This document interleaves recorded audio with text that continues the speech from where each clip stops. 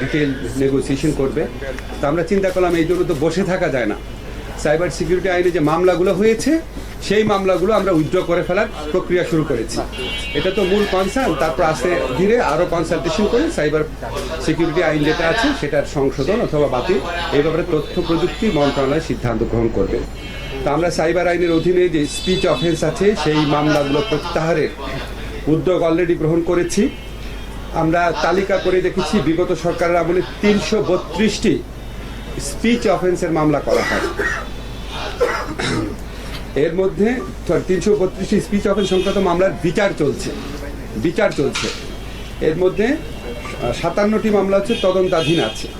এই যে 332টি মামলা বিচারাধীন আছে, এইগুলি উইথড্র করার ব্যাপারে আইন মন্ত্রণালয়ের ভূমিকা রাখার অবকাশ আছে। এই 332টি স্পিচ অফেন্সের মধ্যে পাবলিক প্রসিকিউটরের মাধ্যমে ইতিমধ্যে 113টি মামলা প্রত্যাহার করা হয়েছে। আমরা আশা করছি আগামী 2 সপ্তাহের মধ্যে স্পিচ অফেন্স সংক্রান্ত যতগুলা মামলা আছে সব প্রত্যাহার করা হবে। ইতিমধ্যেই আমরা প্রায় অর্ধেক মামলা প্রত্যাহার করেছি, বাকিগুলো করা হবে।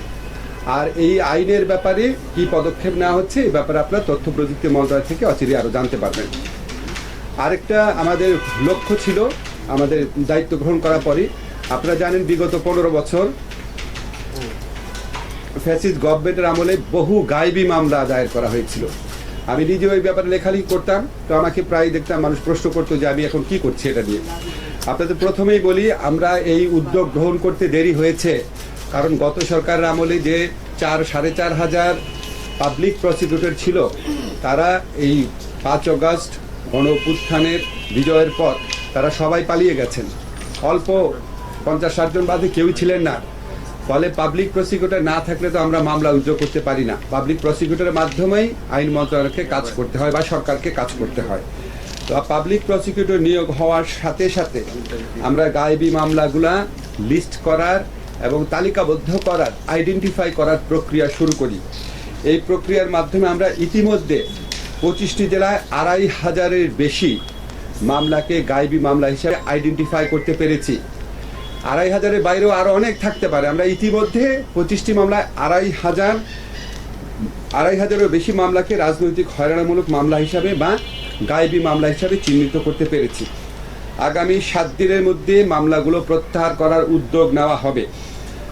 আপনাদেরকে এটুকু শুধু বলতে চাই যে এই 2500-এরও বেশি যে মামলা আছে এখানে লক্ষ লক্ষ আসামি আছে এবং এটা এক্সস্টিভ নাম্বার না। আরও অনেক জেলাতে আরও অনেক মামলা আছে এবং 25টি জেলাতেও আরও মামলার খোঁজ খবর নেওয়া হচ্ছে। তো আমরা আশা করছি আমরা ফেব্রুয়ারির মধ্যে গায়েবী মামলা প্রত্যাহারের কাজ সম্পন্ন করতে পারবো। আপনাদের মনে প্রশ্ন আসতে পারে গায়েবী মামলা বলতে আমরা কি বুঝি। গায়েবী মামলা আইডেন্টিফাই করার জন্য আমরা 4টি ক্রাইটেরিয়া বাছাই করেছিলাম। একটা হচ্ছে এই মামলাগুলো পুলিশ দায়ের করেছে কিনা। এই মামলাগুলোতে একটা কমন ট্রেন্ড ছিল বিস্ফোরক আইনে মামলা দায়ের করা, অস্ত্র আইনে মামলা দায়ের করা, পুলিশের উপর অ্যাসল্ট হয়েছে এই ধরনের অভিযোগ আনা এবং স্পেশাল পাওয়ারস অ্যাক্টে মামলা করা। গায়েবী মামলা প্রত্যাহারের ক্ষেত্রে এই প্রবণতাটা আমরা নজর রেখেছি।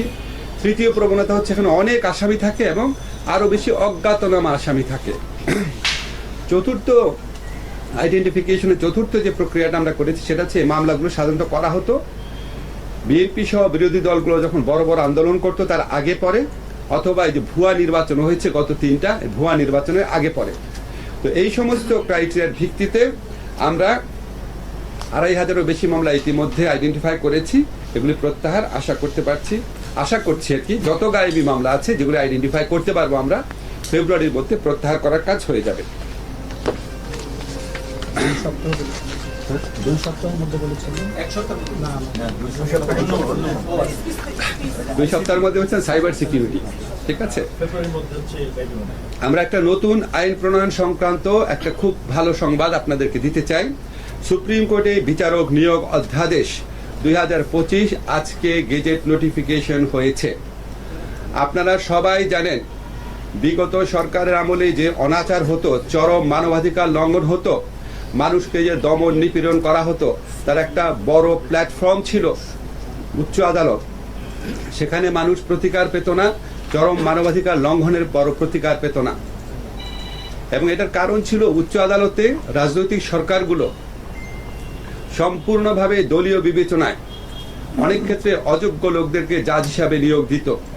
আপনারা জানেন উচ্চ আদালতে নিয়োগ নিয়ে একজন যে প্রধান বিচারপতি আছেন উনার অফিস থেকে একটা ড্রাফট পাঠানো হয়েছিল।